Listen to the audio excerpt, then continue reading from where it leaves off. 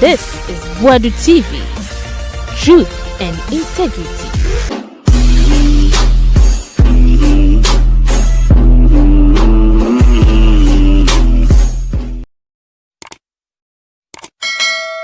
Hi, Boadu TV. Your mama nyina akwaba emfambra so. Your best say why your first and or subscribe. Now, what like if you your comment at home. CEO at the man food and buffer stock. Hanan. Mugabe Maase elikino mansions ahodo bi danye or the about or the pictures about. Na OSP yera kiseja ben amanfo bi plan demonstration, big one, huge one against no say I was oko. OSP must go. Ofura tani kufado na de ne baye enti obo mo ban. Simple etitia I was OSP. John Dramani Mahama Ghana man panyife na woko. Omo mpeni tutu mpeni no bia na wohwe sika ewrade amanfo di Ghana sika paa amanfo di Ghana sika se Mugabe die baye yini na OSP no watra na so ache o se kase guni fie no nyasa ketwa ni bodyguards wo chai president crown ni bodyguards za ade yentu no ene o my we my we MPP buy omo be say education kura MPP a political party bi a yesi bodin a wo se ke tu omo asete se de etu banchi a yetwa ye yi omo kura free Ghana manyosem cause omo ye mambofo papa omo afanse say ye papa bi ama eba ye discipline in our various schools wa ense papa bi enu a ye de to akwam enu ase ye de free SHS aba ye de free SHS aba ye de free SHS aba se koyi o se nkoyi o se quality ana se ni quantity ni ye pa ana se quality ni ye pe na no ehu hia omo ne yu hwe mabunu kwadan ketenkete ene wobi wo GHS na woni wobi wo secondary school etwempena ene wo hwe nkwadai etri a wo mu di etinwe edi gina e tire so e de ko eye secondary school so awudo no ma na areho education no enye sei ena nete ansa na eye Akufo-Addo be for education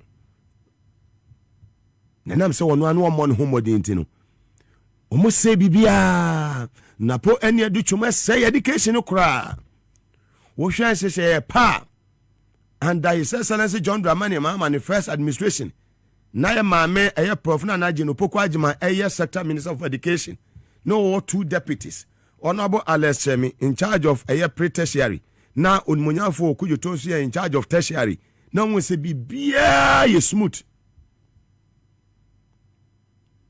son will hand over power peacefully on the 7th day of January 2017 Omo ja power de ma MPP Akufo-Addo buy our start say free SHS na ne bibia say wo Ghana na kwade yi mu ade omo abon bi wo ho a chese wodwene ho kwa wodwene ho a won te ase se we wie GHS wodwene ho a won te ase omo be say education no na asib de bia me ka kire say anema bi ekoso na se wanka ese ma yinyina me de bia me ka say de wuye bia no wadwene se okene bi sunsuan so ban ena de be ma ye mofra no yes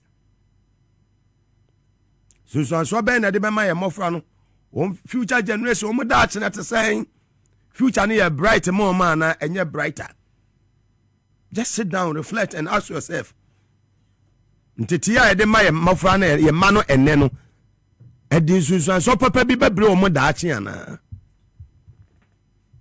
Ye ko secondary school no. No obi anim. Ye pon a ye ko so paste and brass in nam kro from Bolga market nam bia wonam na we president any talent ni close up na keka ho paste and brass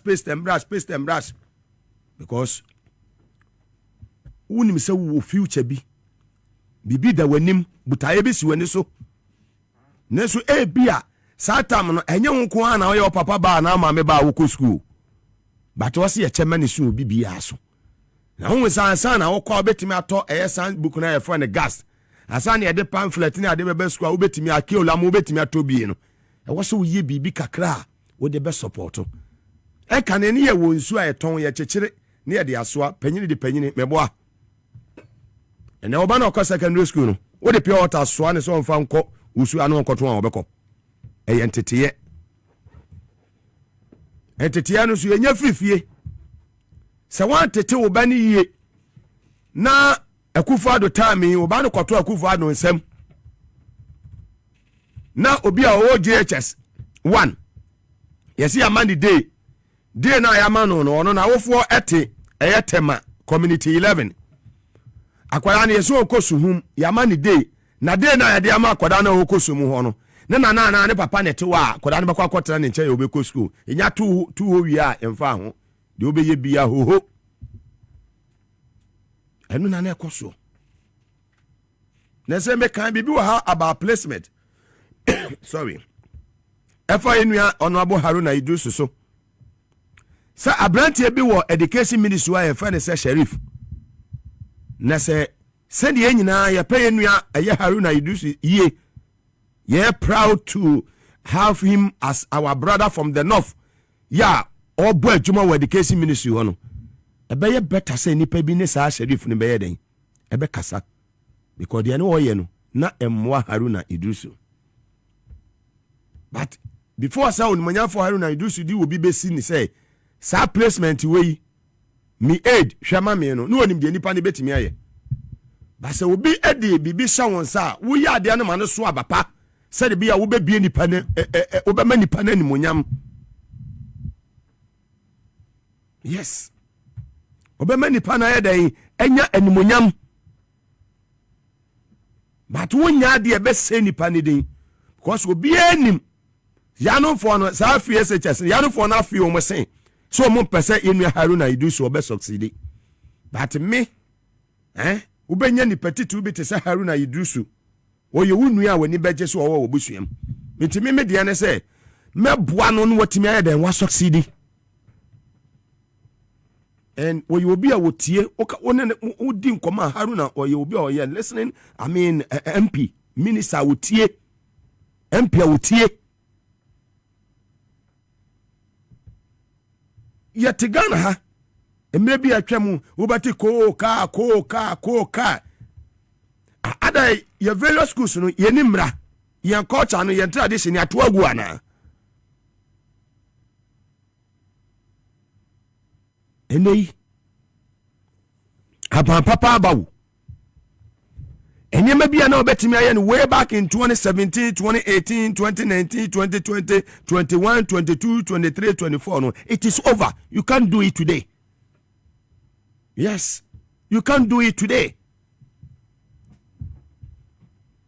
And no say more fun on more a various schools no enuane pa ya de emma omo over the weekend over his excellency John Dramani Mahama ye nuanu mabubuafo ya achese omo so no omanya omo chefa ya ye behwe omo free ewo tertiary institutions awudo no ma se uye obi na se obusuani bi wo ma obeye proud say John Mahama and your president wanya Honorable Haruna Idrisu as your sector minister of education.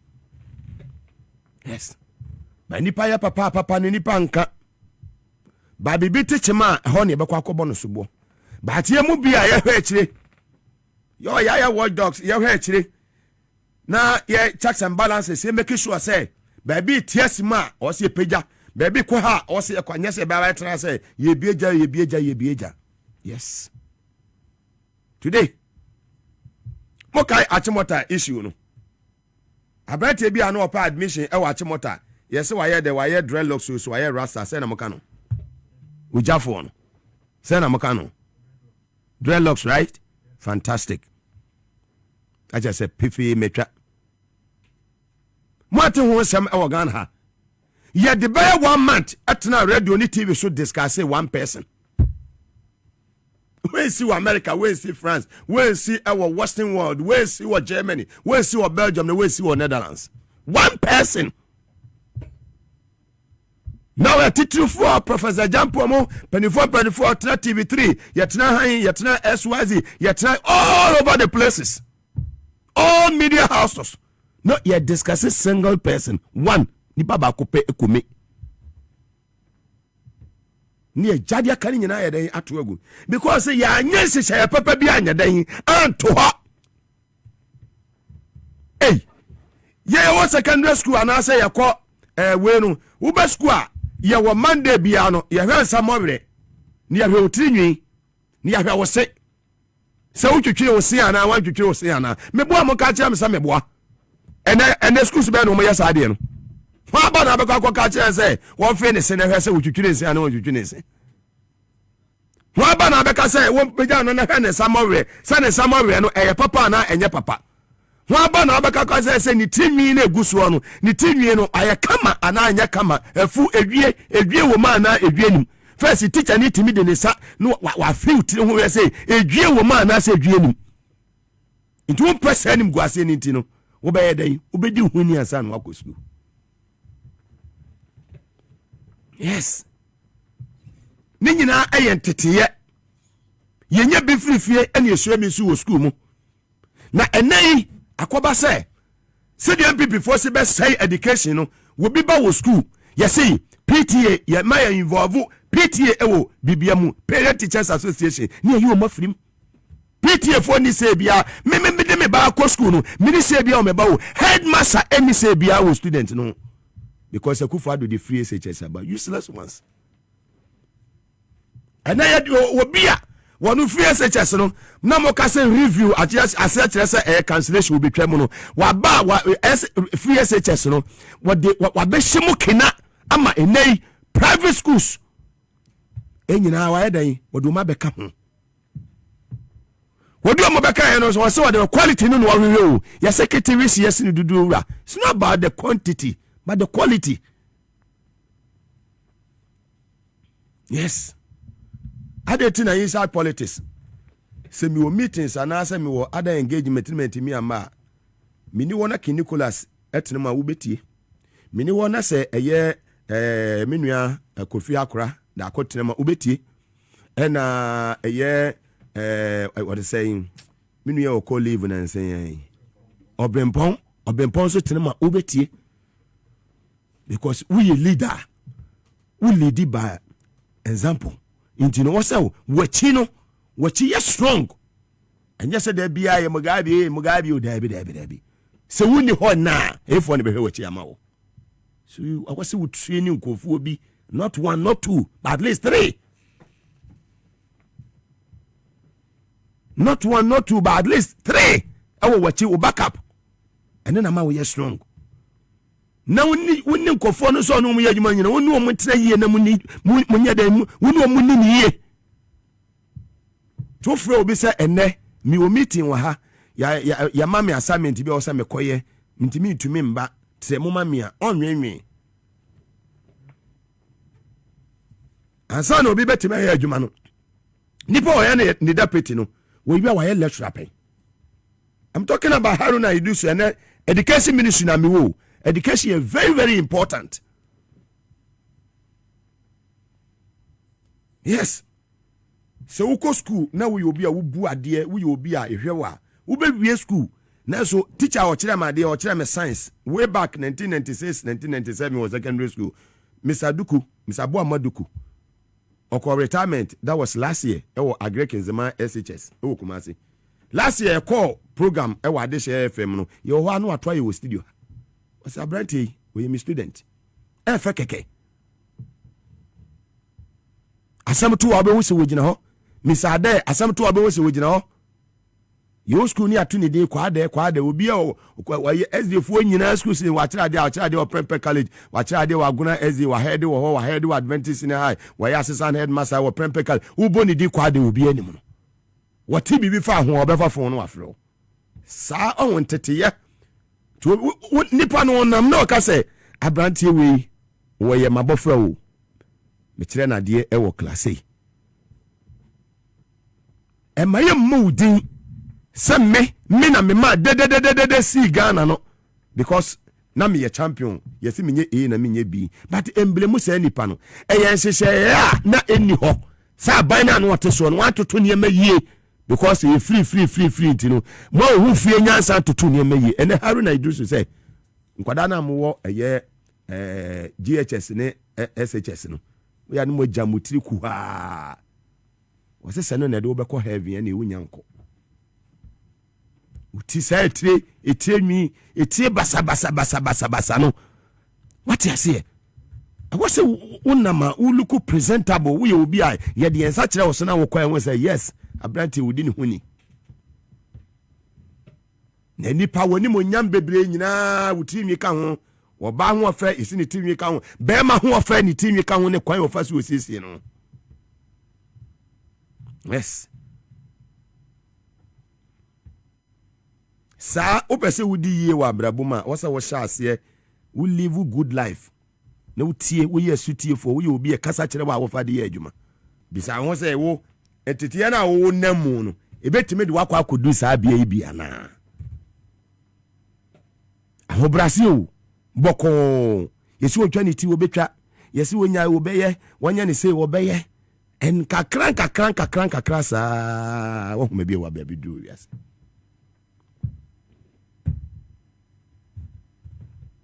ne tete pa Akufo Addo ne manya ntete pa nka enye terminal 3 duty free na obeba be prede amanema contract ene obe prede amanema appointment ene obe creative art or den bakoto because ne manya nya ntete pa emfifie me yedadaba ne du mu Hollandesa oba no ya de na nya bie woni na tia no sa de wo ya wo ye no enye ne wonya suapa na wonya akukuduro na encourage no na ne da chenye den ensiniye yama me prof na na jeno poko ajaman wate Ghana anim nyame nsha no onya okese o ma wa hoden ene nkwatenten very well see wiase uti wiase a o se we live a good life enra anopa enra ye Sunday right around by 8 a.m. first call amity na enra anopa no na call no efri eye apostle chedua papa no nya ni no second chance mu friend say mebo adum chedua papa adumu nyame onsha no nya okese sometimes oto memu now sometimes me bisa me ho say na me Mugabe ne me ye hwan a papa we yeah I mean sika wache yeah afinu kwa you 517 billion cedis tio 517 billion cedis sika wacheche e dia support am billion e dia cha am for na me ne hwan ya meda be sori a papa we ni monyamfo panyi kese we nyame nipa obetime phone na wa frɛ me ni medi nkomo no wa hye me nkura sɛ de wo ye magana no nyame hyaw na nya kokoduo na ka no kora kyerɛ Ghana saa me ye hwan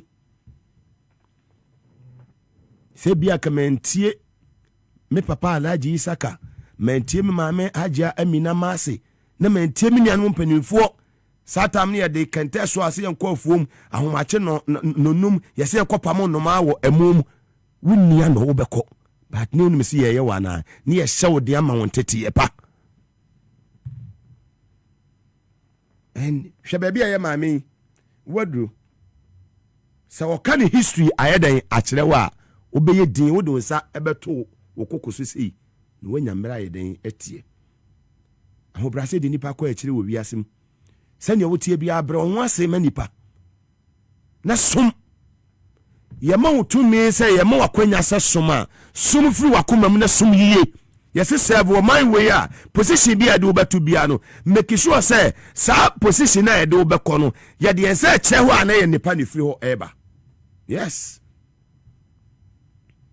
menye failure menye obi a wose wo faili be a true leader be a leader ye bebo udi ni bi mo de wo ye mfato ho that is good life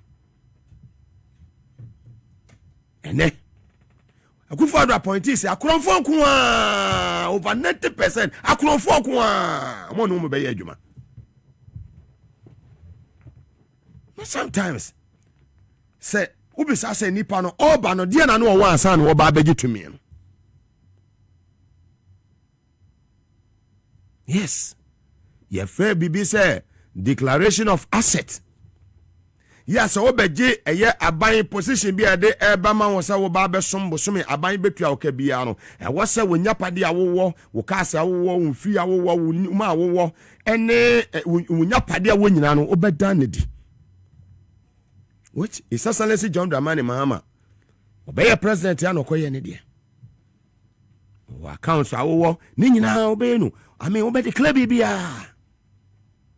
But under Akufo-Addo's administration, no, Sanya manu wan friend wa kwa because no mo person mo bo man we kro no. The small boys ne small girls no. Omo ba no mo ne hwe. Obi o no contribute to Senate kura no. Say me the year 2000 I started to Senate 25 years. Obi say obi our MPP mo abedi minister 8 years eko. Ansa no ba abedi minister no. Na wonye adwuma kwa ne ntua ne kada in this country. On contribute to Senate won tua tax kura mo ma we da. Na so waba benya minister waba benya CEO waye yie tam temi tofie e cantonment tumi tofie e airport hills tumi tofie e chain homes adwuma be na wo ye anya korono na abebo a adwuma be na wo ye. Yes, so you see sometimes you try na yakasa yenim die eka uwia o ma we sika nyame wo nyame ohun nyame on fan chawo obetua wo ka sa dudu na na esu manya ema enya wo nko anwo think about the ordinary the needy one, the ordinary Ghanaian ya o swap banche ene eye bode wo be nante be 5 kilometers ansan wadu fie nso babo no wafo no ba bedu fie ni tranye ye okofo mu wa wasa akoka no 30 minutes wanya wo wadu anu a na chese no anu no ya mutu woko wawu oje san kofo no ho opefo na wote akura bi ase ya wo aka no akura ase a yede na tena yede na sha akire ne yede ne ba so opefo na sa de na sha akire se omra no mewo no oje san opefo no ho akura na se ho chip compound na ho no kura no empa eni ho na sa opefo no wokwa akwo awada so but wanya CEO wanya minister sika aye oman ni sika no do sa bom sa woni wo girlfriends eni wo busuafo bedi nyame on fan chew. Yes, samun fifre na bre oh yes suffer to gain samun fifre ya adwuma den ni ja korono no mimi tu media me ka me se wo the document bi bra me san me kai every suru be si form na mentiase a me be ma me lawyers asana me de me sa be sha ase no obo won say yes enye document bi ana wode ba me Mugabe Maase. Yes, man, you're very careful. Chronology too much in the system. And the baby na pese ura man yosem because omo say the easiest way to make money man yosem. Ya bro. Yes. The easiest way to make money to ura ha waso ye. No de ne say bobo aban sikem. No de ne say bobo aban sikem. Sa wanye sa no hu wo ben lande ba bi a ni sa wo lande hwe enama fo da wo mo na wo o ma to pressure ma wo o mo da wo mo na Hanan wona ne yire wo mutumi na gift wo wari wo ntumi na poda wo ntumi na. I'm telling you today na poda wo ntumi na untumi wa force na sunya tumi no ya nipa dodo bebre a omo be serve you na so no wonya free bia ya den e wono ho. Yes, wonya free bia wono ho wonya asem bia kan fa no ho. You can say ya den ba ya no ba so obey the obesom. Those people, they were there to serve Mother Ghana and they delivered, they succeeded. His Excellency John Dramani Mahama Kotene for 8 good years. So ko bo my we krono Akufo-Addo jail no. Yes.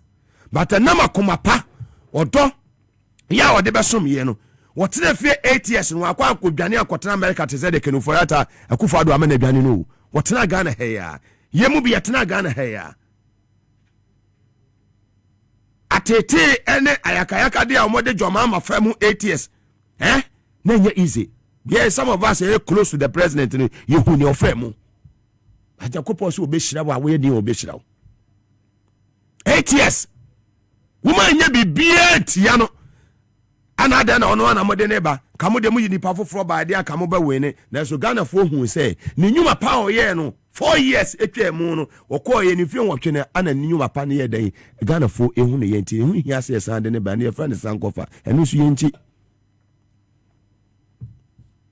And today hwe ne ekoso utisi ya bojo Mahama appointee bi din se wakoyi we kata se che proye ebon honda. Name one.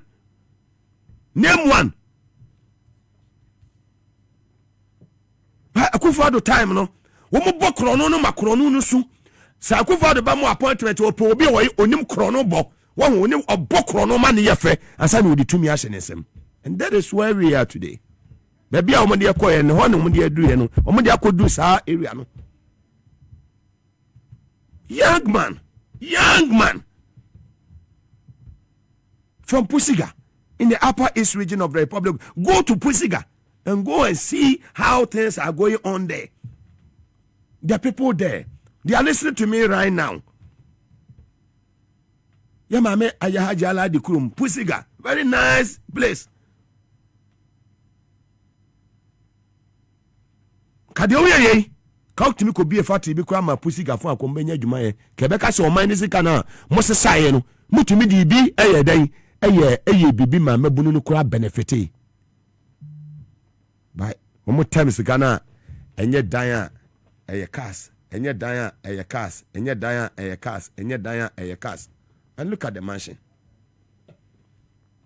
Yes, move on, baby. I win it. I'm moving 2 years, my mom. Most stopping on baby. I'm notice be a bono. Now I want no nasu yem yede. And mammy, move on to so not Ghana for you. So I'm the diabo. Mimi huni you. Mbie mu ye mame obeka nso akai mame tina wo na ben ho na me hu ni ye montwe mame ye me hu ni ye. I will say this property is a subject of what Yuko investigation. So keep off. You see, when we talk and you see a kazakeke o and look mo fa munyi video ni nyina no de mama nko we feel we were here fan. So what I say? Munyi. We be on Facebook like Power 97 and TVS was Ghana. Where airport is, right? An cantonment. Fantastic. Munyi nyina. If you ever feel anything. When we capre. Takudama unibi. And look at the area. Look at the house. And you think say we mu better than free amana ye ensi me say we jomama ho ade a wo be yama Ghana for amamo no buni ye papa wo ne penifo mo be wo onimonya for Julius Abraham standogbe mo ene ye maame ye Mariata mo ye papa setekwe mo Kofi Boache ye director of operations wo ne deputy Mustafa Gbande mo ene ye maame ye mame prof na jeno poko adwan mo bo adwuma no Johnson se edun katia ochamofo so ambafo Alessagba fiamo ye mame Valerie so mo bo adwuma no Dr. Callistus mo bo adwuma no but dia Ghana fo bedim ho ya pa say akronfo na Kufuado akronfo no se mo atimi amma mra ne mo anni na kofo wi sabo o ma konsem we ma Ghana fo mfanchemo. Yes. And me kwame fanche. This is serious. Say de to me be say nipa ba ko nsam. Na say nipa ba ko no so obo afoforo no. We de ne so bo aban sika ma no de toto adan. Ba bia adan no wotimi nto we. Tamale asase kwa no wotimi nto. Ko hotel a ya pagya si tamale. Boutique hotel. Can you imagine? You ni kapre. It's a declaration of asset. Sabrate we eba be position no. Saki ehwe no. Ni ehun say na account mo. Say na dem. Ne bosumi akatua say ya. Ye person investigate na easy to investigate. And me catch am say investigation say akoso no. Wo bia wo say mo investigate ba ko ye OS because ye jabe. Yes. Ni fie no mo wura ho. Ka say o ni na mo sesa Montake cars na chassis numbers with their cars in free buy. Na mo misa ne say oba no obeye OSP Kufuado de ne ba ma na be OSP no na the cars yes say. Na ne bosu akatua yes say. Yes. Nebosumi akatu anu oje saying, ana say oje saying, because me who say, we be willing to fight a corruption, will lead by example. It is any panel who ni soon ne buy the way we see dressing, the class you usua, what the subani daddy, perfect man who say, Papa, we on your corrupt. But that is not there. What I'm seeing with this OSP. No. Can you forget our Hena? One anybody can forget our one work of Animra. Can you forget a bonny or D or Ghana have we are my West Canada? Next said I've been on Tagana. No, OSP. And I your mama buy and obey your mama. I buy and obey he said I've been OSP. That position in your man and the man. I could father and the man. Now only can forget our Nakana, one new man, a gab man, a diagro, party Namuna no, why a lawyer. Akufa do onko fa NDC ni appointing say one mayor special what they say prosecutor onye one for appointment be a NDC ni e omu achocho mu talk say gabe no the man and you think that this man can fight corruption lifestyle will leave e wo baby and if how many months no this is FE no money investigation it is hard time so my so more investigation how should I investigate you mo want to check it one the checks and balances. It read the media. You who the anya beka me da bia na se me solite na me ba na so man sray na 100 million angels no wo mu di anima me se dia me di mani akohu e na meka wahu ba bia me camera ne kodu na wotwe mu angels ne na de ba so yesi ensoma yensumi ye free yakomem ye more position me fa position mo kro no ma man ne kro no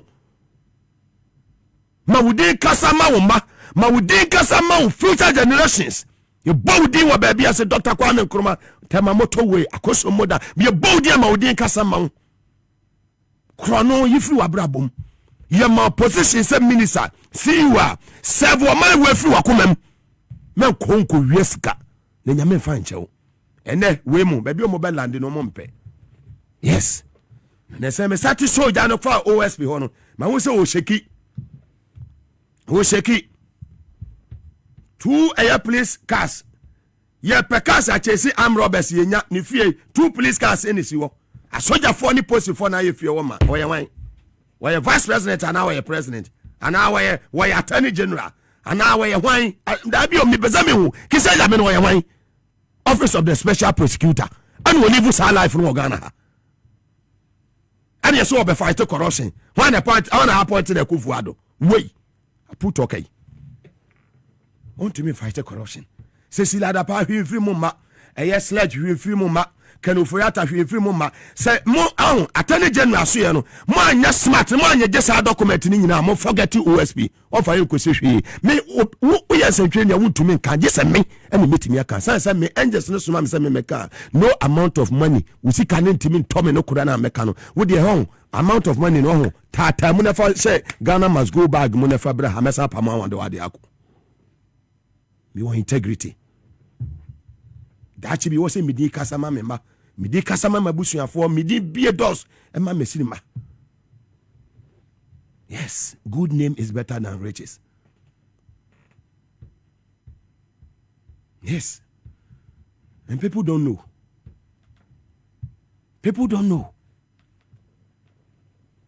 nukura kaya den nukura ho ne kaya den se wunni akokoduo on enti anya nwanwa se enra me sorry anapa no me first call a menya me se afra papa ne say apostle adum chedua nyesa second chance nyesa thank you he spoke with me yesterday yes meni ne kasada me sia ne da me ko na sorry da menim ne da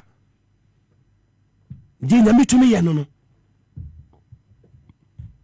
papa nyame nshirawo so wo man so aya o ma wo muni bie the needy ones so Philadelphia ma nana jesi nyame nshirawo one wo yere ne abusua ni nyina araba me chiawo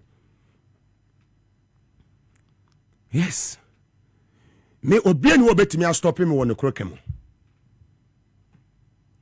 de nyame so ma me se me meye no ade e fa ne brabi e fa me mfichiri menye obi a wo betimi a convince me easy no me hu sa ade ne papa na me ya me stay focus de obeye no wachire bia me fa hu Yes. 900 million angels and a Monday and a meda. Do Monday say an Angie Gabriel I saw no the anymore. Munyi full video no. Hanan na japade ni bi. Munyi full video no. Munyi ni nyina mo de munyi. Na man fo bi akọ Facebook power 979. We under investigation. Aden. Can Oforiata be seen there? Can Oforiata oni japade organ ha? So OSP we a serious OSP. Can Oforiata oni japade. Can Oforiata oni japade. We omo che no ya on nema nyina abade ne sa yeden atoso. Enu ya omo on abade ne sa atoso we otimi to kwa ne passport ajato. Kisi ajabe oto na odisi hunu. Se hwe Can Oforiata. Mo na mo ma ne ko e mo ko fa ne mra. Okọ na we OSP. Enye hwehwe ni mu investigation bia na mo kwisa Ghana for ye kwada na bosome so ane atamsi kadoso po ane de amount to waste of taxpayers money that OSP kisi ajabe. What was he sika? Attorney General Aya Dominic Ayene, I know what he can do. Muluku smart. Or dada papa we kisi ajabe no dada Can Oforiata ho mu ni baby ho mu kofa ne mra. Docket on ho nyina mo nyene nyina. Mo start investigation bibi akwa foforo munye ne nyina na mo man stay away obi ama na adwuma nye bosome so amode montu aneka ne mere so ahonko. Yes, I was here serious near fight corruption no they say chire bi wono say na wusu wa ban we mu na say we appointee na say de akoso yi wusu wo ya de bia obey very careful okoya de amane ebebrew so obobidi OSP na Mugabe dada see you know na me support me near Bishop Lincoln. Yes, me support no pa. Yes, he has to come here tomorrow. Yes, between 3 and 4 and I'll mesaba me de baba. I'll come with him because you to me nya into Lincoln kwa so. E see nyina ya so ade se bede. Mekobi, won say makode demonstration da. No beti man no ubehu se nya me bu atie fu a. We had am recover nyina. Yes, I have to fight. Udam pamo a yes, udam pamo. You see you have to keep on fighting until the last day. So you don't stop. Unya pomudi kaka you have to come out. That guy has to be removed. The catcher, you know his private connections with Can Oforiata. Azabi no oyeye. Ukasi yenkwala. Look at how this thing is delaying. No, sorry, I know. Or basa wechi. I said, your mama abano pesu ye bibi who. There's nothing he can do. Can Oforiata money appointed. Chale, only in the game. Look at how they tricked and then got Can Oforiata out. And then yes, see the power. Chale Mugabe, yen in free. That's a call we are making to Ghanaians. We'll call every Ghanaian to the street. One. Uncle Jiran Cheng. And I'm going check one. What I say. And to me, Ben or do all. Me in the house. When you read Article 88, on the number of months, so this is Mugabe. Number of cars. Send me the other catch now. Declares area holding you are security zone. No, the dite. Ankwanuma, where Ankwanuma? Moto to prove. Mugabe, Usha where Ankwanuma, Onunkwanenam. With all the on no soldier for a good feel of the friend who Ankwanuma. It's Mugabe. Lincoln will not do this alone. The whole of Ghana, I'm going round with Lincoln to call every young Ghanaian. Because to me, then Mugabe, Article 88, read the Constitution. The Attorney General has power to do anything under his wings. They have to sack him. Into the aim of the demonstration is to call on the president to remove him. Yankasa call the office. Yanko money petition with Lincoln, and I'll pull the crowd to his office. I'm telling you. This is no threat. We have to remove him. Nakonya no the free fear. Akonya no the free fear no the buy. The be raw officer. Niakoyi. Nia bubu no ho. The catch. I'm telling you, this is no threat. No. Yeah. Mugabe, this is no threat. No, but say. Is that the work of a special prosecutor? Mugabe, is that how he was removed? Put the order when you were from. But is that how? Why he was appointed? Mugabe, is that how and why he was appointed? I'm asking you. Look at how he's roughing people around. He's protecting others and he's threatening others. Mugabe didn't do so. We see no a criminal lawyer. We saw him. Yeah, the 6 months is if he. Sir, who is that? O say 4 months and yet 6 months. The Ghana crowd who we so come back do the act now. Who Papa is saying pardon. And the Ghana see say you open. Yeah, for everybody to see. So wow sika any apenya sakwa bi ni taxpayers money. Yakojiji wonko for near the show. That's what I'm telling you. I'm telling you, he knows about the complicity of work and Oforiata. Only baby or that Mugabe. You want to make us say taxpayers, but you're investigating. Okay, yo, it is so percent between us and so Messiah, but I will not stop on the demonstration. I will support Lincoln. Bishop, don't stop. Tomorrow Mugabe is inviting you. Come 3 to 4. Come and tell every Ghanaian why we need to step onto the streets to call on the president to remove the OSP as soon as it is practicable. In order to remove him, he's obstructing justice. That is exactly what he's doing. He's obstructing investigation and obstructing justice. Yes. For report to Bra, how many days? Whereji, I wish an assistant for report to Bra, how many days? That one alone calls for the sack.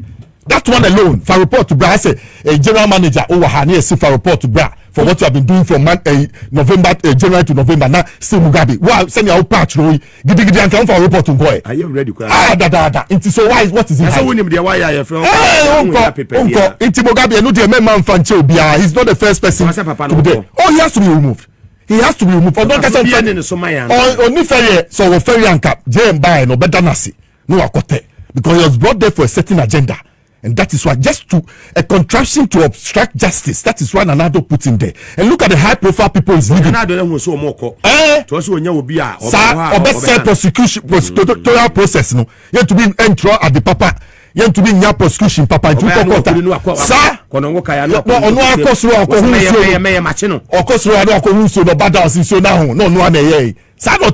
he knows every move of Kenufurata before Kenufurata. Lawyer. Me to be but I say criminal, not a criminal lawyer. So, we're defending an answer. Yes, I'm sure. And then I think on a high profile criminal case. Yeah, a body here. No, play. But so Mugabe. Oh, he's a friend to the family. He's a friend to Kenufurata. That's why they should deny his friendship with Kenufurata. There's proof in the public. Mugabe, there's a lot of proof in the public against him and Kenufurata. Do you know why they've been meeting? It won't to be for prostate cancer. And I see practical over the weekend. They say, even the doctors. Some of them have prostate cancer. I'm trying the year, Juma. Doctor for now. On Street to America, yeah. UK and the prostate cancer. So the Ghanaians, so the auto in that prostate cancer. Side by way. My forget the police from penny for baby or prostate cancer. I'm the Juma. Soldier from penny for baby or prostate cancer. They take it to work. What I say, into way just to come and tell us what has gone wrong with the economy. No, it does not demand that you run away with such an excuse. And then you are granted. One and a USP. Ose. One and a USP as I know if you remember. Kise Jabin. Yeah, your mama and the Kise Jabin by. Debbie, no Kise Jabin no start trapping. On in and Ghana. Hey, trapping no start letter man chief of staff. Chief of staff and you intelligent. I responded letter now from 5 you want them 1 year there. And Kebe who near there some two chief of staff so the movie and sana Keniko. What do I say? Yes, this guy, a set it trap, a trickster, a big trickster. I do not share. This is where we have put him. Into Mugabe. Mr. Into way. I'm not trying to. Unless I'm in the best at and I'm in the best at it. Oh, can you finish? Are you ready? Fantastic. Everyone, ladies first. Medase. Sir. Muga, I'm say last week there, yeah, Papa, Dr. Dominic, Ayini, or any deputy, or more. I bought one more thing a year. The way I almost share information. Sir. What I say, because at a certain point in time, now people were getting disappointed. Say, I said, no man be why you name, but on your she. Say, my name says, I course, Nibi can echo can and a man I feel decided, say, obey open up. I'm a year who near my air course. Say, or no, dear, why you ready to prosecute? Name dockets, Nibi wa a mechanic. Says, started last week near Waha. And a coba say, Deputy Attorney General, my who say, dockets now a far, yeah, former Minister of Finance, Kenufurata, white man, or not the Atadifita and Quay, say, or no team who be a shot at the Fita, and I'm sure, especially will be a Tasha and the Bia. That's just say, Osha OSP or interest was assembly because it's very simple. Why a docket? So, who be a Sanka won't declare no wanted, sir, and I'm a boy, sir. One who be beaten away declare no wanted. Ain't I feel who hold you on to? Ne doctor a bema kwayama attorney general etimia prosecuting no na opese wo kire say na em say ye kasa na madade na me hu say abrante bi wo ho so the sameda kun say dem bi o tro bibi by say by the end of last week no omo the docket no ebeba and I hope say by this time I kasa the docket no on creator no omo de aba me ntie ho asem menye sure say aba say akwa Once Attorney General, friends, OSP no a little bit media person kakra or penoma optics no be so they acquire and Kobema Ghana for to say or the call. But on Franco and so yeah, channel. Your best say on Franco. Na Attorney General in your coin and money quadua as I said or the because I will share buffer. Sorry, it's here from French. Buffer stock umpo. We had new map papa na ye within. Ono ko ho ben say 4 years. The 8 years. Oko throughout the 8 years. We share the ono say for your so almost 8 years. We share the buffer stock umpo. Achievement, we can say achievement and that's what can I say. Yan can say. So the coffee. Yeah. They pay 14,000 and now sign the next year. They 28,000. It's the average near 21. And do the money 30,000. No, but the average. No, Japadi I listen. Kufa don't call be president. With me, yes, Japadi. What you say? The average is 21,000. That be oh, money 28. Into 28 and 14. No. What you say? Average near 21,000. Into average year 21,000. I remember money 30,000 because. Oh, they are channel. Or was some per DM. Okay. Into averagely 30,000. That is the stated and official salary. Not yet the man. What you say? Into 30,000 times 12 times 8. What can bomwa? Into mean to fever. What you say? Oh, but not top lot. Into Sanyoma one more. Ama some of us are at offices. Maybe Miss Rome who pass a say out. Miss Rome who pana. And there may be a good politicians. Very. Sabia Japadia be with. What are you going over there? Boy, pa. Shanyoma yaka. Shanyoma ya listed. What? Why? Wow.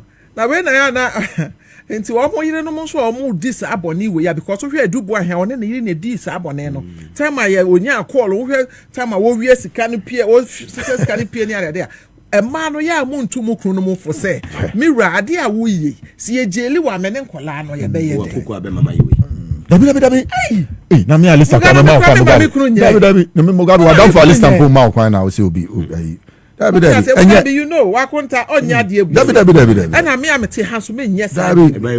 What I say? Na dabi ameka, me say orientation a dey am ban we say chief of staff. And then penny for them ma appointees. Wa mo hwe you, and I mo hwe you no. Enti a put this over share. O say no ntina unya scandal bia wo NDC appointee hu bia. Because omo fat wo ho say omo be guide ye. Throughout your term I remember. Ni aboaje mama na legacy papa dey ato. Enti dollar na e course so ne ade no sa ne oma we nyina kan ho enti na ye kan na wo mo appointees no omo ntie wo mo hu aho kire Ghana fo ko mu 8 years wo akufo ado ne na ban ase no sam kofu we nyina ye kan na to them na say they can Chinese kwa ne hu omo because they had money in abundance wo mo 4th 5th 6th generations kwa e ho beto wo na enti mo nko mu didi me na mo nko a mo tisi adan to adan to kuro ni nyina ka ho a bags ahodo na ye den watches hwa ho kira Ghana fo mu be ma utimi koto watch 1.5 million cedis that's it is 15 billion what the ye den ya we be o free no nkola ko Pusiga well, have you been to Pusiga before? Oh, I know that. In all these things you can't the case of corruption but some disrespect to be a kobi wo baby me pese me ma abrante be me tare ni videos pa ya na ni o me be me funny okay Poliando MPP Ashanti Regional Communications ni video bi a omulusu ye o kan say o take na the machine bronya poly 9 some of these videos were funny yeah I did but when you're very careful some of his comments are very very dangerous betumi landing maybe any said no betumi landing no it's very serious troubles share who say Attorney General be your list of items buffer stock one na yire omowia and wakoti amount papa ni tuaye e wotamale asase a otoye enye sanete yeah Gumani Hotel abrantie we say e bia waka asamanya woda o so betimi kwada akokot akase wodi femi wadamfo ana obibi you have that right to do so abrantie oba be rap politics dey na no what abrantie na small kan say tamale asase de ye de bese energy Tamale Asase. Yeah, then I see. I see that as a serious insult. Oh, did he say that? Yes, I've watched the video myself. How much a land cost in Tamale? What is he saying? Gumani is one of the prime areas. Yeah. The people say Ubu Tamale for saying. Gumani, Canville. Hey, Charlie. Areas, you know. Did he say that? Me Yando. say what can say no ma me share video me yemo shim na me say hey. Poliando me hwe wo say name ma me nya sure say we ya Asantini. Ba me so fi be no bia obeta na Asantini. What you say na say we ya Asantini mpo na woti Kumasi a. Kumasi asase eto ne say ene Tamale wo Tamale ho so bie pa. Yeah. Ya wadan bi wo Kumasi a wo be hu bi wo Tamale. Yeah. Ebi ni ho kra ba fast stock papa e wona ne wa me ye. On the biako. Na hotel ni boutique. Yeah, Gumani boutique. What you say? 17. But for him to say Tamale asase de the besin na eje. Wo ne besin bo. Ene kra nioma aye din kra na say fan say nkofo hu the benefits of besin. Nkofo be besin. What you say? Sir. Na kola. Cola ene kra ne boy de beto cola 5 cities. Na say Tamale asase ye de je say 5 cities. Sa no person watch it. What did it Tamale fatem? E so oba bonten na o issue apology, unqualified apology to people coming from Tamale. We say no kresa pa de abranche no wa di o man we odi ewu. Aya no kre. But we be winning you be na tane chira. Better no timanya. Aya no kre true because sir attorney general so na ye lawyer for nyina pen. Sir. And son no dey asembeba but ebeto about on the consequences of his actions. Of his actions. Yeah. What you say defaming somebody. But yeah. Because of what? Then oji. Then oji. Enti asem bia attorney general akafa Abranti and idin so there Abdul Wahab Hanan. Yeah. One ne yire ho no. Eye no create do na ma de ye. Ko haji nyina. One ne yire no mo na haji ne bibia. Na sponsor nkofo. Ba omi adam. Ko promo to me show when mo se yenko. Ba omi boy. Yen kan ko no do. We ba omi boy. Hey, ni yire no wapo ni wa ye fe sika ne dane no. Who the pictures before a year. Sika no whitewashing no ampa. Oh, okay. Mugabe, unu ma de ba kwa me boy His Excellency John Dramani Mahama abaso. O say sa ayina, on say politicians bi wo sa ne o mani bi wo mutim titi oni MPP for say, wo wi asika no kra ye nya wo hwe. What you say, wo be twetwetwe na 4 years na enkosi aga na ban foforo aba na bi ye waban, na chese wafa wo ho di na wo kofiri. Osha asana omu esune omu bani omu adwen ni atie. Na His Excellency sa fast track court na wote no. Mesre no omane mrantem. Said ye be ya san krofo wi omu japade no. Omu nya kwan entonton bi change ownership ni adade na yen confiscating ni nyina as soon as possible. That's it. Ye besre His Excellency. Minim say the goodwill no is there.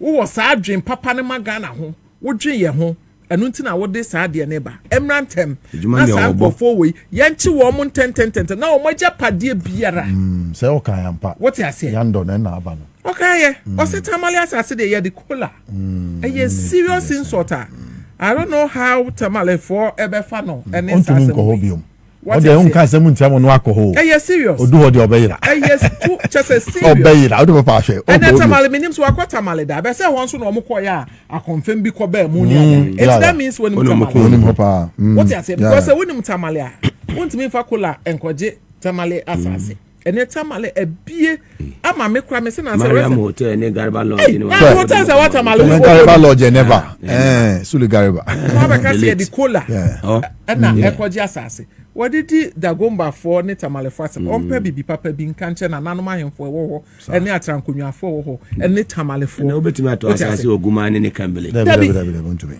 na the kola akwaje me sure na me say abrantie we serious asema ba ye ka ono da Gomba fo no do mo be dia go awie sika ntere sa ye kura e asase o kambele kura yentimi kura fa ne si woni anya asase ato Mugabe, the medics and semester His Excellency say, "Oma the fast track court now Emrantam. Ye nyina ye appointees. Say me dem sa koto aban sika mu na say ye de me ko hwa ye fa me koto mu ntem.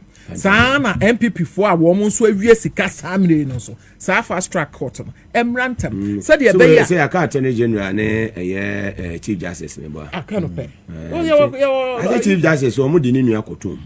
We say me ne kasa was it 4 days ago. Okay. So last week na ye babo birthday. Eugene Bafu Bonnie. So me visiting or and concerning the NCA issue. No. Chief Justice or to Muti Major Linia. More Namoniama, Mama, you in and your best Chief Justice Bafu Bonnie. My lord, were you in sooner?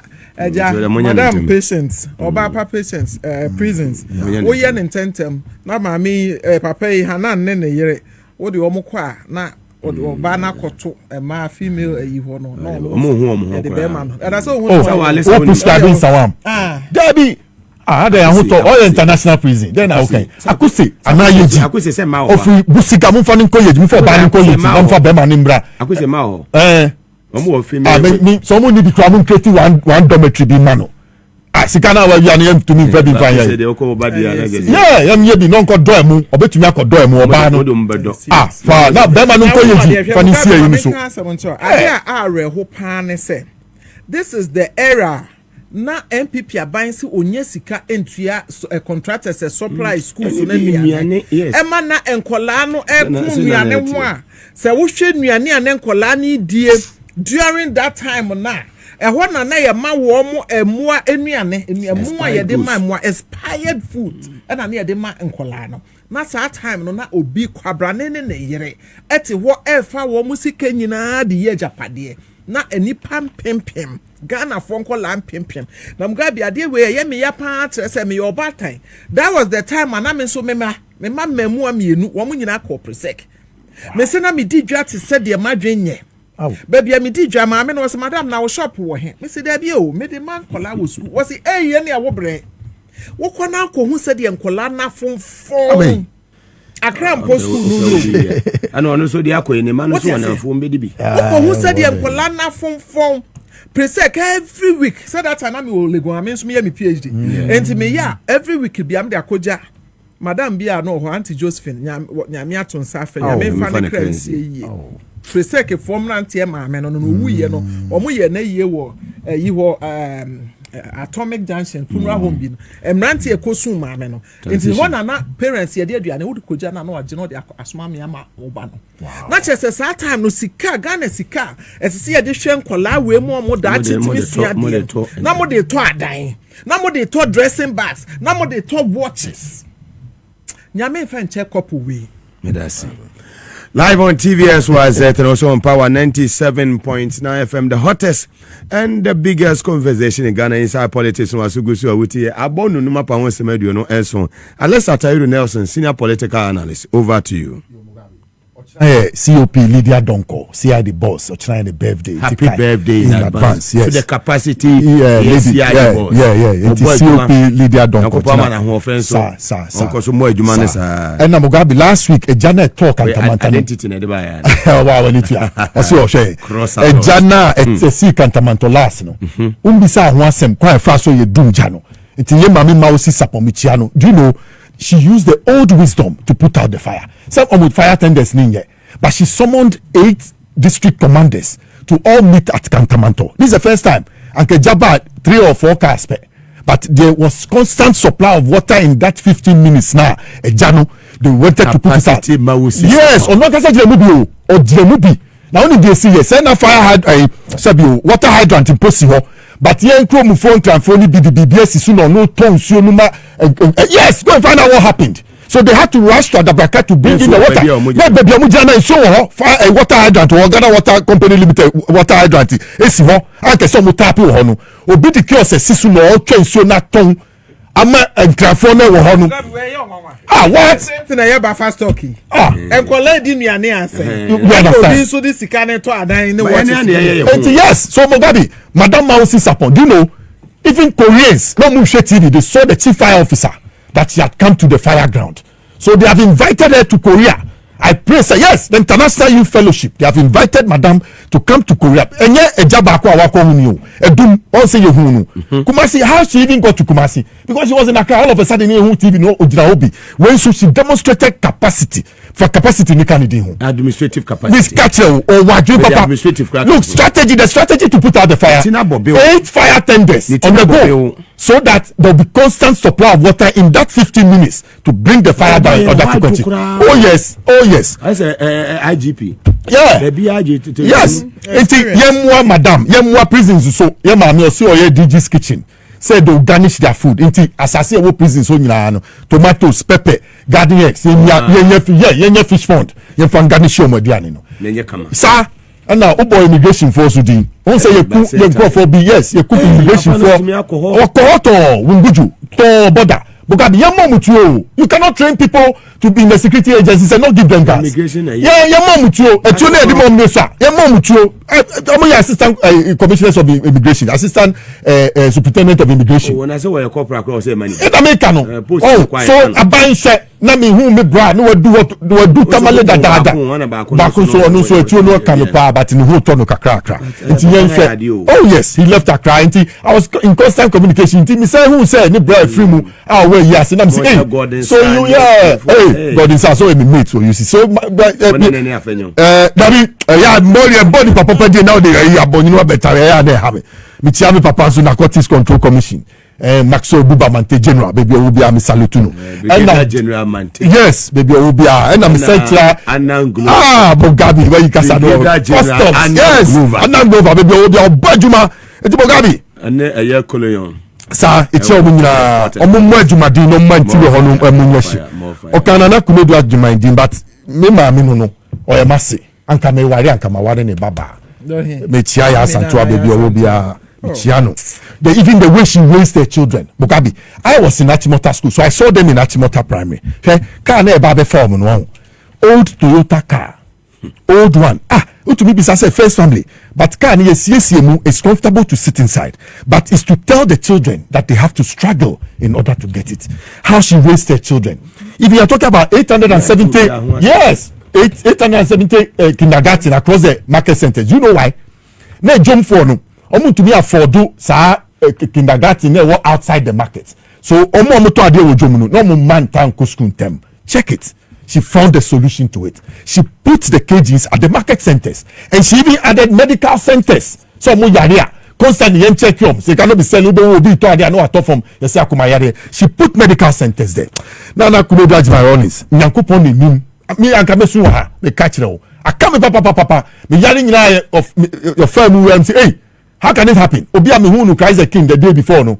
But God knows best. You say no asthmatic. I'm sure she got an attack and yes. Into PNDC law 111. Mugabe, when you free okwa o. Satan na ofasi for no man say. Omo twe o. Uwu amedi ade. Yeah, omo twe o. Omo pam oyire. Yes, oyire no mabe Boadu koko sa. Oh yes, o to from pe na ma pam omo afiri asase ni so akwaji koko na pam omo afiri fi or this amna ni buy no ma from hudi. So they went into marriages happy. Now affected their camp places. Yes. So many more people now decided to marry their camps because they had land to do cocoa and get property. Oh boy, papa, Beijing Conference 1998, 1997. One kasakwa. She liberated women. So I'm sure she's gone with a lot of ideas. But like I said, her sense of fashion, see dressing publicly. I wish Ghanaian women would pick it up. And the no share leggings, no jam who be daddy. Cover yourself, cover your hair. Nana kuno do my Rollins. I know you sail through the aeroplane, papa. Who could know a pilot and the day kwasamando. Yankupon enu nantie jojo non fa nkodu. Me mintan kwa ye Mugabe. Mugabe mintan kwa ye Mugabe adaka no man swabi. There be will be a man swabi. Unim Ofri Asante Hilayo or singing Nananu Mienu became Ashanti kings in succession. I was listening to an interview. Yes. Recently. Yes. I listened to an interview and I'm telling you, she said. Yeah. Yes. Yes. Yes. African. Yes. The Africanness in her. And now Ube Hunu Sano, Adia Wunu Munu, I mean, Kabakwasen Bintrell. 15th May, when the husband was arrested, you understand, for the attempted coup, it was this woman who got up and decided to go and bring Professor Ivio Dankwa and call Tachuchikata to go to the defense of the husband. Statement now at the time she made the statement, you can check it. At that time, you can check that statement that the wife made at the time. Rollins Beye public tribunal when he was asked to talk, what kind of statement you have to say no. Obi na atro kasa we ya Jerry, and I always suspect it was the wife. Watch your book. Let us find out about this woman and learn of her. Because she came, she saw, she conquered 3 times. The title of her book is It Takes a Woman. It takes a woman. 3 times first lady. I salute you, madam, wherever you are. Mugabe. But Nebano so she has to pull up. Yes, the mother did a lot. She was the first woman, first lady, who decided to set up an organization to support the husband. Kwame Nkrumah's Fatia didn't do it. Now Moko Buza didn't do it. Auntie Fosti, she didn't do it for a champon. You understand? Then you have a Kufu's wife who didn't do it. But this woman sat back. Oh, this is all life number. No footsteps. And I am Melodina taking it to another level. Obikwa copy here, Rebecca Foundation. She tried to copy. Want to but Usha Lodina or come round. I mean, trying to help Rebecca Foundation. I do to me. I confanoche maternity. You are innovative. And also, Rebecca says, "Simon, say Mensa, and Casa, our Casa, a government project into another one." No, copy went to copy. Melodina Mahama. There are so many maternity wards, even in opposition. No, yes, even opposition can't hear Juma more. What I say, Oshana, Osia Bibi Kakrefi, Yamame, Ajima, couldn't do rollers. Yamame, Yamin, yes. So, into Mugabe, Abdul Hanan, buffer stock. Why was the buffer stock set up? Let's find out. The National Buffer Stock Company was set up in order to show up. Which year was that? I think under the under JM 2016. We can just get the information.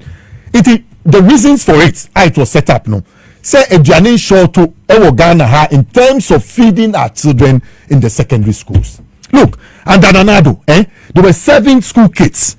2 spoons of beans. 2010, 11th March. Yes. 2010. So that is under Professor J.E. Mills. The wisdom. They'll tell you the history and why they did so. And it was for a sense of nationalism. Say, better than in free baby. Near their secondary schools, near their support to feeding. Quality food should go into the feeding of the children. Mugabe. When a baby, we see 2 spoons of beans and gari for school children. Share running stomach. It was a common feature in the secondary schools. And you be by running stomach. All we need to do is to go and eat the dining hall food. We'll get running stomach. And running stomach. Because Coco no menuma no muyeme under this guy. Now no question breakfast and then you will fear. Pafu sausage, baked beans, and organic, no di. Fantastic. Share contractors best supply buffer stock. See some more that a buffer stock company no more for 4 days, 5 days. Oh yes, they won't pay them. They will never pay them. They look at him. He set up in order to supply to the buffer stock. He was not supplying. Conflict of interest, and he was paying the monies. Somebody might have aided him. All his accomplices, Mugabe, his internal auditor must first be held. Hold all of them. Hold all those people who helped this guy to siphon 78.3 million Ghana cedis. Mugabe, 78 trillion sikadada. On nipa baako. Odi yede, obedahi. Uwon pensia. The same day. Now, udam, near the woko. Near the woko, the wose. Into Papa Mununo. What Obio Kita Koran, Mugabe. Obio Kita Koran. Mugabe. Me seminar was so disgraced. What did you want? Pusiga, look at how your people are backward. Uko jina mpikwa, oman farmer wo. Inti ada no one fesika no point factory. Ye candle or ye pure water factory bi. Na binye jumanye ananye muampo na meat factory bi na produce meat na fabra market no atun boni na we to watch na we to bags na we to shoes o atare no crime emfatao wow. Hey, Mugabe, look at listen to the mandate to guarantee assured income to farmers by providing minimum guaranteed price and ready markets for the farmers' produce. The buffer stock was to serve as a market to whatever they were going to do, and it was to serve as a ready market. Tomatoes. For example, okay, Mama. Sir, mandate number 1. Sir, example ba ko ye de nan say esi wo Asante Achem no. Yeah. Abrana tomatoes any jene essay. Ewo ho MP no. It make the plea to the president is a plea to the president to say opanacho. Na kuafo enyoma essay. His Excellency ne a Greek minister. Ekambo moa omoto ye quickly dey come school. That is one mandate and buffer stock. SSA wo mo say. Enti akuafo ne do enoba any pia omunya baby kura ready market ne ni ho. Enti say government institutions say the military now we hear hospitals say mo omunuane any schools no ho. Na che say nka akuafo ne do ye na nanka schools no ne ato ne a preserve bi na che say preserve ya ye dibi ama schools no abra time omo. It was said to mop up excess produce from all farmers in order to reduce post-harvest losses, said the CEO. Then it says to purchase, sell, preserve, and distribute foodstuffs, and to employ a buffer stock mechanism to ensure stability in demand and supply. Said the food inflation on the market will be controlled and managed properly.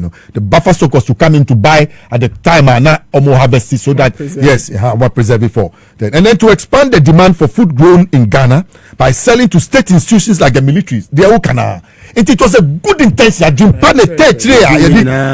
Yako IMF asanko.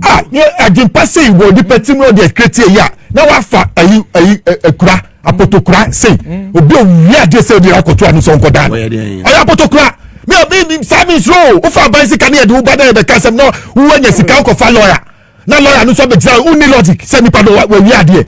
Kokacha court him, send him, turn him in, and let them jail the person. Now we lawyers see now mujia confronting now. We are monitoring them. I'm telling you, nipa nipa come and serve your country, young person.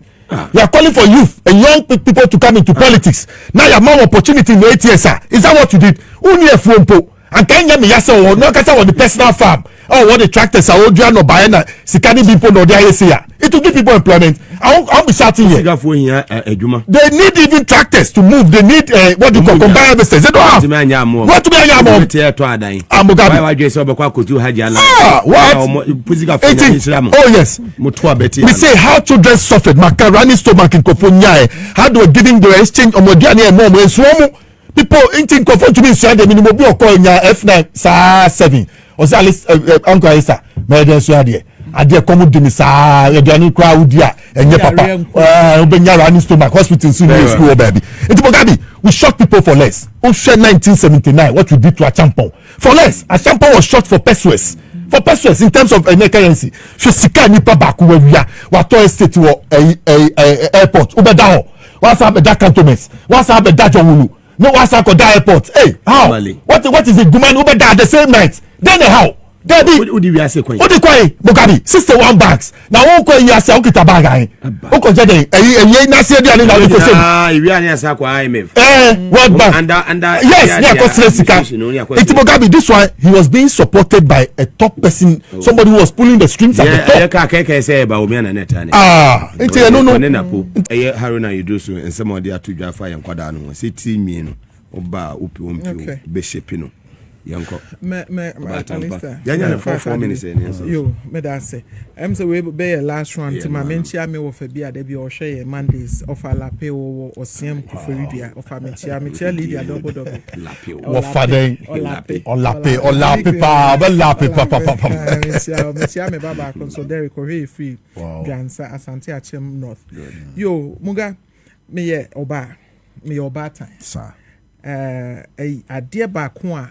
Ma ha ye paye timi na me hu metutu kwan me hu se nimdie emfa enwin tenten ho na emfa tietia ho na me hu se enkola bone ye nso emfa tietia na emfa tenten ho se mo be kai the story of the stool chair okay akonya na editra kitchen stool chair no mo kai story bi efa ho teacher ni akola bi na mo te so ye bone bi mo kai akola no ni tinwi wa David sana ni tinwi no watwa be de na akola no nimdia no wo kire wa akonya ne so no menye sure se panimu bi a anase obi a akola yi ana no ye hwe ni video na ni tinwi wa no obetimi ehunu nimdia no enti me from where I sit any me experience am wo no me hu ni say tinwi na ye force twa akola ni ti no And this thing should not be politicized. It has nothing to do with MPP or NDC. Me stand as Oba and America. Me can we say, Sade no, my focus on Koho. Okay. Because fashion me can home.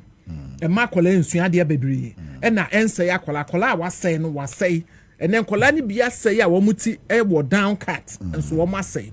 And you won't call answer shall colleague near unity. I will see a bar. Ocean and a very humble girl. What's the whole DNA eternity? She wasn't happy because she's used to the long hair. What dear Nini? What you say? Now, dear Bakuma Mibusani say, and then I may share NSMQ, National Science and Math Quiz. And a brony biti one it's in yet. And then a bronini dear Ghana Education Service allow my bronino the ordinity with tenting. Aqua Quatana NSMQ 1 hour year student high school. Okay. So in our own country, are we discriminating against our own black people? This is one question I'm able. And it's a for it to me the long hair. Echo high school money dia. And ye tuntum for so ye call Ghana for no. The person will call long hair no. Nema I say no pa na say akra so no pa. Ghana education sa de we yenhwe. Na ye ma parents and nya de omo pe ye man kola na nya de omo pe cutting omo hair no does not instill discipline because akola o ya akola boni obetime atwa ni tiri hu nyina sakora enso se wi no so obeno ma obeno adwaman no so obebo a obebo no apepa na no aba betena ho and this shouldn't be a debater ye be ye twen na ye ntwen ye ntwen me de ehia me ne se enkola ne be ko school na se wo hwe enabling environment His Excellency John Dramani Mahama as part of the resetting agenda no what created their mass to school for an omuko school womu bi bia womu here under the free SHS policy no ebeko. These are the things SSC focusing on. Now maybe busa one question in my who broni and a video what papa participating with NSMQ and it's in win done it too. And then one of the yeja no man the long hair no echo. Na kola ketwa na oye tuntum ne de e wo Ghana ha e wo Africa West Africa ono de ye insist say ye ntwaniti sa ade we parliament for omohwe ne ye afa me de masam ba wie ye no I am say education minister can be about local language I okay. Excellent idea. Okay.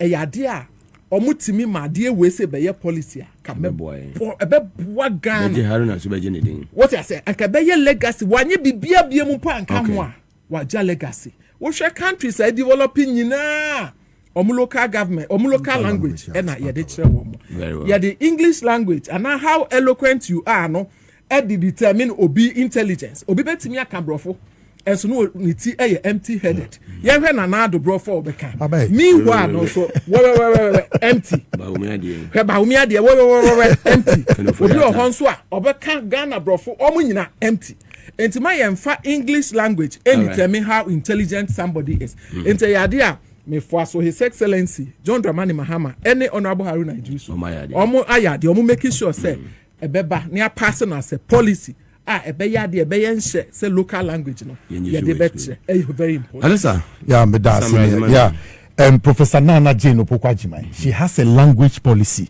that she's going to launch, so I don't know whether Aruna took the sail out of the wind. Yes, 2020 when she was campaigning, she says she told the international community to support her to bring her language policy that she wishes that local languages for the first 3 years of education will be used in schools in order that the children will pick up and understand the Echiromono first in that environment before going on to study somebody's language. It is a step in the right direction.